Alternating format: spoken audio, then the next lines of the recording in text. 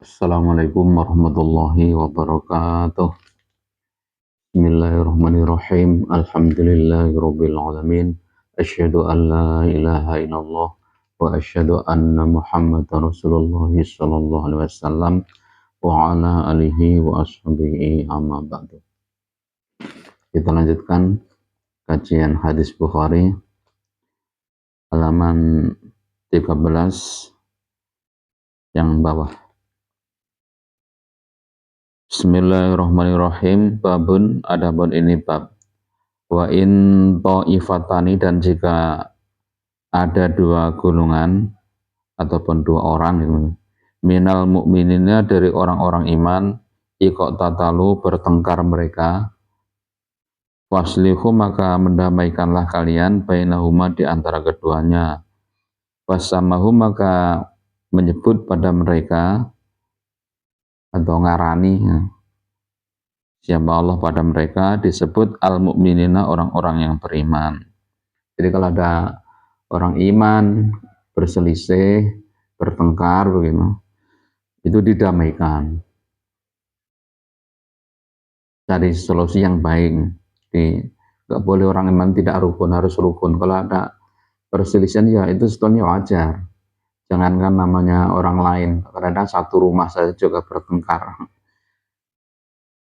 Tapi Allah tetap menyebut al-mu'minin, walaupun mereka itu bertengkar, Allah tetap menyebut mereka itu adalah al-mu'minin, orang-orang yang beriman. Kemudian disebut kafir, tidak. Hadatsana Abdurrahman ibn Mubarak, hadatsana Hamad ibn Zaidin, hadatsana Ayub wa Yunus anil Hasan anil Ahnaf bin Qais. Qala, berkata Ahnaf, "Dzabtu, aku pergi, li ansura, untuk menolong aku, hadzal rajul, pada ini orang laki-laki." Jadi dia itu mau pergi untuk menolong atau membantu orang yang bertengkar. Ini yang mau ditolong itu sedang bertengkar sama orang iman juga. Falakiani, maka ketemu padaku siapa Abu Bakro. Faqala, maka berkata Abu Bakro, aina turidu, kemanakah kamu menghendaki? Maksudnya kamu mau kemana ini? Pergi kemana? Qultu, berkata aku, ansuru hadzal rajula, ansuru, aku menolong hadzal rajul, pada ini orang laki-laki ini. Qala, berkata Abu Bakroh, irji, kembalilah, fa ini, maka sesungguhnya aku, sami itu telah mendengar aku Rasulullah, pada Rasulullah sallallahu alaihi wasallam, yaqulu, bersabda Nabi, idzal taqa, ketika ketemu siapa al-muslimani, dua orang Islam, bisayfihima, dengan pedang keduanya, fal qatil, maka orang yang membunuh, wal maqtul, dan orang yang dibunuh, finnari, di dalam neraka. Kedua-duanya masuk neraka. Fakultu, maka berkata aku, ya Rasulullah, hadzal qatil, hadza, ini al-qatilu, orang yang membunuh, ya Rasulullah, ini orang membunuh ya pantas masuk neraka karena dia membunuh. Fama balul maqtul, apa tingkahnya atau keadaannya orang yang dibunuh? Tapi kenapa juga orang yang dibunuh kok masuk neraka? Kalau bersabda Nabi, inna, sesungguhnya orang yang dibunuh karena telah ada harison, orang yang pengin al qatli sahibihi, atas membunuh temannya. Jadi yang membunuh masuk neraka karena yang dibunuh masuk neraka juga karena dia juga ingin membunuh temannya. Jadi hadis ini diceritakan oleh Ahnaf bin Qais ya. Jadi suatu ketika saya pergi untuk menolong seseorang. Di tengah jalan saya ketemu oleh Abu Bakroh, ditanya, mau kemana kamu? Saya menjawab, oh saya akan menolong ini. Orang laki-laki itu dia mau berkelahi, dia mau saya bantu. Kata Abu Bakroh, irji, kamu pulang saja, kembalinya. Karena aku mendengar pada Rasul bersabda, ketika dua orang Islam membawa pedang keduanya, jadi dua-duanya membawa pedang, berarti setelah siap membunuh namanya membawa pedang, atau siap melukai toh, maka orang yang dibunuh dan orang yang membunuh itu sama-sama masuk neraka. Kata Abu Bakar, aku tanyakan pada Rasul, ya Rasulullah, kalau orang yang membunuh ya cocok di masuk neraka, tapi kenapa orang yang dibunuh masuk neraka juga? Kata Nabi, karena dia telah berniat untuk membunuh juga, hanya dia nasibnya begitu terbunuh. Jadi yang dinilai dia mengerjakan amalan dengan niatnya. Dia niat membunuh, buktinya dia membawa pedang, berarti dinilai dengan niatnya. Babun zulmu dunal zulmi. Jadi zalim selain zalim.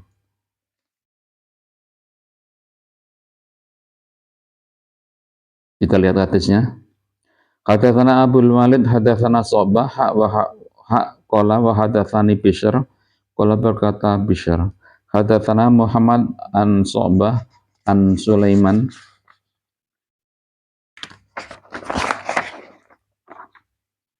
an Ibrahim an Alqamah an Abdillah. Lama nazalat ketika turun ayat yang berbunyi alladzina amanu wa lam yalbisu imanahum bidzulmin ulaika lahumul amnu wa hum muhtadun. Ini surah Al-An'am itu ayat 82. Alladzina orang-orang amanu yang beriman, mereka yang beriman, walam yalbisu dan tidak mencampur mereka imanahum pada iman mereka, tidak dicampur bidzulmin dengan penganiayaan. Jadi iman kemudian dia itu baik terus, tidak pernah maksiat. Zulmin di sini maksudnya maksiat, termasuk menganiaya orang lain ataupun mengerjakan kemaksiatan, itu namanya zulmin, menganiaya terhadap dirinya sendiri. Ulaika mereka itu lahum bagi mereka al-amnu keamanan, wahum dan mereka muhtaduna orang-orang yang mendapatkan petunjuk. Kala berkata siapa ashabu Rasulillah, para sahabatnya Rasulullah sallallahu alaihi wasallam, ayu manakah kami lam yadlim yang tidak menganiaya nafsu pada dirinya. Yang mana Nabi di antara kami ini yang tidak zalim terhadap dirinya? Semua kita pasti juga mengerjakan dosa. Berarti kami bukan orang iman dong, pun orang yang mendapatkan petunjuk.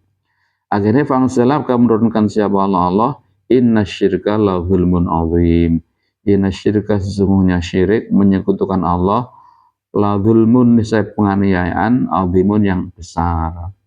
Jadi yang dimaksud oleh Allah walam yalbisu imanahum bidzulmin tadi adalah syirik. Jadi kalau orang iman kemudian tidak syirik, berarti mereka lahumul amnu wa hum muhtadun, berarti karena syirik adalah penganiayaan yang besar. Tapi kalau orang khilaf, orang berbuat salah, kemudian taubat, minta istighfar, minta ampun kepada Allah, ya itu kewajaran. Namanya manusia ya pasti mengerjakan kesalahan-kesalahan. Dan orang yang iman yang baik bukan orang iman yang tidak pernah mengerjakan kesalahan-kesalahan atau dosa-dosa, tapi orang iman yang baik itu adalah orang yang kalau berbuat dosa kemudian mau bertobat. Babu alamatil munafiki, bab alamatnya orang munafik. Maksudnya itu tanda-tanda ya, bukan alamat rumah. Bab tanda-tandanya orang munafik. Hadatsana Sulaiman rubani Abu Rabi', hadatsana Ismail bin Ja'far, hadatsana Nafi' ibnu Malik ibnu Abi Amir, rubani Abu Suhail, an Nabi dari bapaknya, an Abi Hurairah, an Nabi sallallahu alaihi wasallam, qala bersabda Nabi, ayatul munafiki tandanya orang munafik salah satu tiga. Ada tiga tanda-tandanya bahwa orang itu munafik.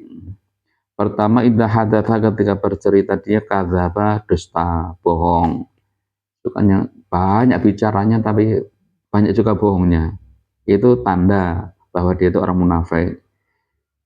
Yang kedua, wa idza wa'ada akhlafa, ketika janji dia menyelisih. Besok ya kita ketemu, besok ya saya apalah janjian di situ, itu diselisih janjinya itu. Hutang ditagih besok lah atau minggu depan, pokoknya pasti saya sahur, minggu depan tidak membayar, begitu terus. Jadi kalau berjanji kemudian menyelisih. Wa idza tumina khona, wa idza tumina ketika dipercaya khona khianat, diberi amanah, diberi kepercayaan khianat, dititipi apa oleh temannya yang tadinya jumlahnya sesuatu itu 10 sampai di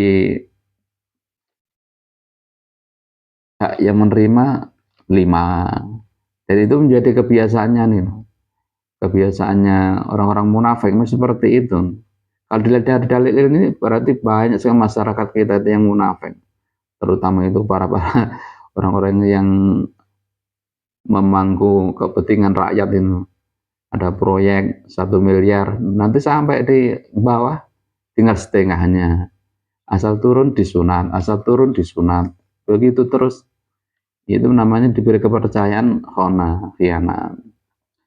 Mudah-mudahan barokah kajian pada kesempatan hari ini. Mohon maaf atas segala kekurangan kekhilafan, dan saya minta kembali yang belum subscribe, amal soleh subscribe. Assalamualaikum warahmatullahi wabarakatuh.